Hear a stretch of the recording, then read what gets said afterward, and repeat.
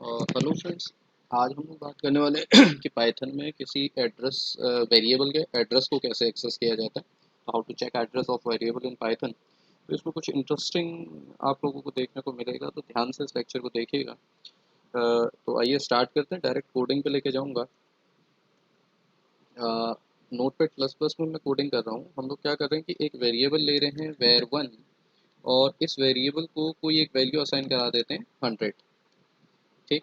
और मुझे करना क्या है कि इस वेरिएबल का एड्रेस फाइंड करना है कि इस वेरिएबल का एड्रेस क्या होगा। जैसे सी में अगर हम लोग बात करते हैं तो सी में हम क्या करते हैं कि हम कहते हैं कि भाई एड्रेस ऑफ ऑपरेटर, जो आपके पास है एड्रेस ऑफ ऑपरेटर, उससे आप लोग क्या कर सकते हो, सी में किसी वेरिएबल का एड्रेस एक्सेस कर सकते हो। पाइथन में कैसे एक्सेस करते हैं, तो पाइथन में एक्सेस करने के लिए मैं लिखूंगा प्रिंट, एक स्टेटमेंट लिख देते हैं कि एड्रेस ऑफ var1 इज, और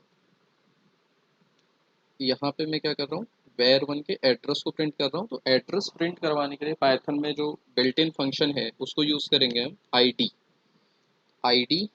और यहाँ पे आईडी के साथ हम वेरिएबल की जो भी जिस भी वेरिएबल का एड्रेस एक्सेस करना है उस वेरिएबल को पास कर देंगे, पैरेंथेसिस क्लोज।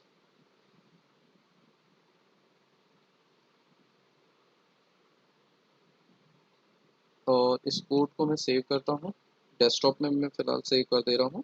तो हमने कहा भाई इसको नाम दे देते हैं वेर डॉट पी वाई और पाई, सॉरी पाइथन फाइल मैंने दे दिया इसको सेव। ठीक है, चला के देखते हैं होगा क्या। और उसके बाद फिर जो इंटरेस्टिंग फैक्ट मैं बताने आपको बोल रहा था उसको देखेंगे कि किस तरीके से हम लोग उस फैक्ट पे काम कर सकते हैं। तो कमांड प्रॉम्प्ट यहाँ से खोलते हैं। कमांड प्रॉम्प्ट में मैं अपने कोड को रन करवा रहा हूँ। कमांड प्रॉम्प्ट मैं डेस्कटॉप पे हूँ, तो डेस्कटॉप लोकेशन पे जाते हैं और यहाँ पे हम लिखेंगे पाइथन वेर, मेरी फाइल का नाम था वेर डॉट पी वाई। तो देखिएगा address of var one is 1626058 मेरे सिस्टम में जो भी इस वेरिएबल को मेमोरी असाइन होगी उसका एड्रेस इसने यहाँ पे लिख के दे दिया है। ठीक है। तो हर एक जब भी आप कोई भी वेरिएबल लेते हो, चाहे किसी भी लैंग्वेज में ले रहे हो, तो उस वेरिएबल को कुछ ना कुछ मेमोरी असाइन होती है, ये उस मेमोरी का एड्रेस है। फिलहाल पाइथन में जो वेर वेरिएबल लिया था उस वेरिएबल का जो भी वेरिएबल हमने लिया था उसका ये एड्रेस है। अब थोड़ा सा इस कोड को चेंज करते हैं, और यही आपकी जो पाइथन की एक ब्यूटी कह सकते हैं वो है, जिसकी वजह से पाइथन इतनी पॉपुलर है, उसी में से एक रीज़न है। मैं क्या कर रहा हूँ कि एक वेरिएबल और ले रहा हूँ वेर टू, और इस वेर टू को जो वैल्यू असाइन कर रहे हैं हम 100 असाइन कर रहे हैं। ठीक है। और इसके बाद एक स्टेटमेंट, जैसे वेर वन का एड्रेस मैंने लिया था उसी तरीके से हम क्या कर रहे हैं वेर टू जो वेरिएबल है उसका भी एड्रेस प्रिंट करवा रहे हैं। तो हमने कहा address of var two is, ID के अंदर वेर टू वेरिएबल पास कर दिया। ठीक है। अब 1 मिनट का पॉज लीजिएगा और आप खुद गेस कीजिए कि इस वेरिएबल का एड्रेस क्या आएगा, और उसके बाद इस वीडियो को कंटिन्यू कीजिएगा। तो देखें कि इस कोड को अगर मैं चलाता हूँ तो इसका एड्रेस क्या आएगा। हमने कहा भाई पाइथन वेर, मेरी फाइल का नाम था वेर डॉट पी वाई। अब देखिएगा यहाँ पे address of var one is 162058208, कोई दिक्कत नहीं। Address of var two is again 16260588208, यानी सेम एड्रेस आ रहा है दोनों के, दोनों का। वेर वन का भी एड्रेस वही है और वेर टू का भी एड्रेस वही है। जबकि नॉर्मली अगर हम किसी और लैंग्वेज की बात करें, हम जैसे सी अगर हम लोगों ने पढ़ी है या जावा हम लोगों ने पढ़ी है, तो जितने भी वेरिएबल आप लेते हो हर एक को अलग एड्रेस मिलता है। तो पाइथन में ऐसा क्या हो रहा है कि मैंने वेरिएबल तो दोनों अलग अलग लिए हैं, तो दोनों अलग अलग मेमोरी असाइन होनी चाहिए थी। तो ऐसा क्यों हुआ, उस रीज़न को देखते हैं कि ऐसा हो क्यों रहा है।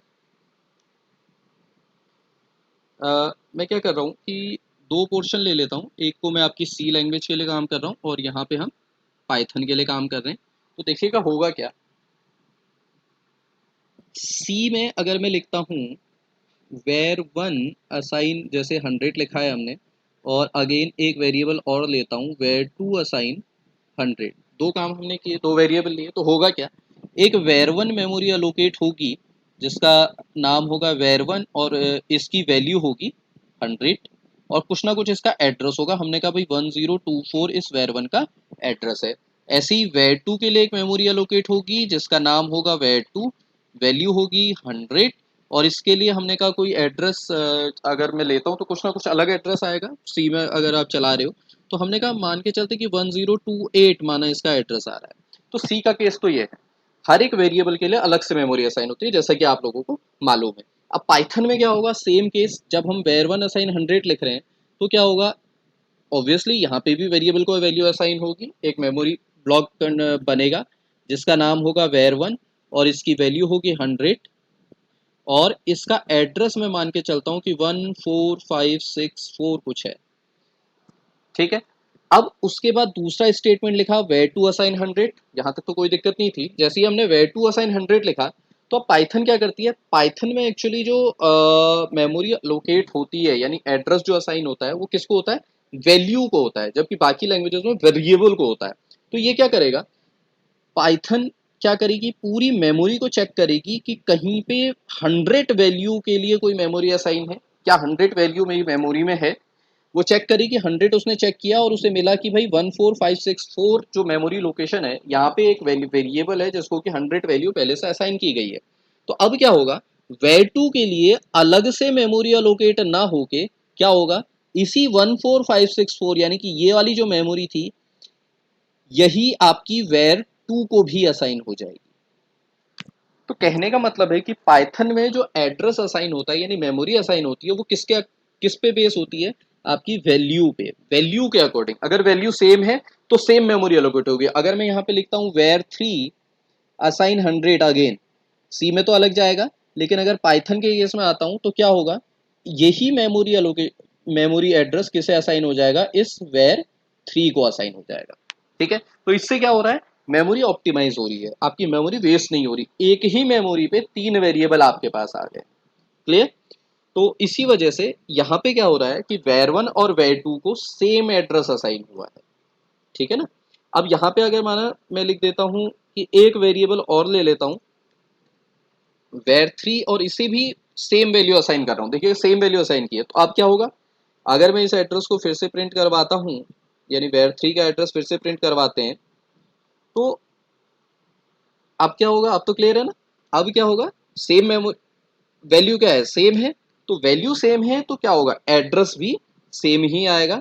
अगर चला के देखें तीनों को एक ही एड्रेस असाइन होगा। क्लियर। लेकिन अगर मैं यहाँ पे एक वेरिएबल और ले, जैसे var3 है, var3 को अब मैं वैल्यू चेंज कर देता हूँ, var3 की वैल्यू मैंने चेंज करके 10 कर दी है।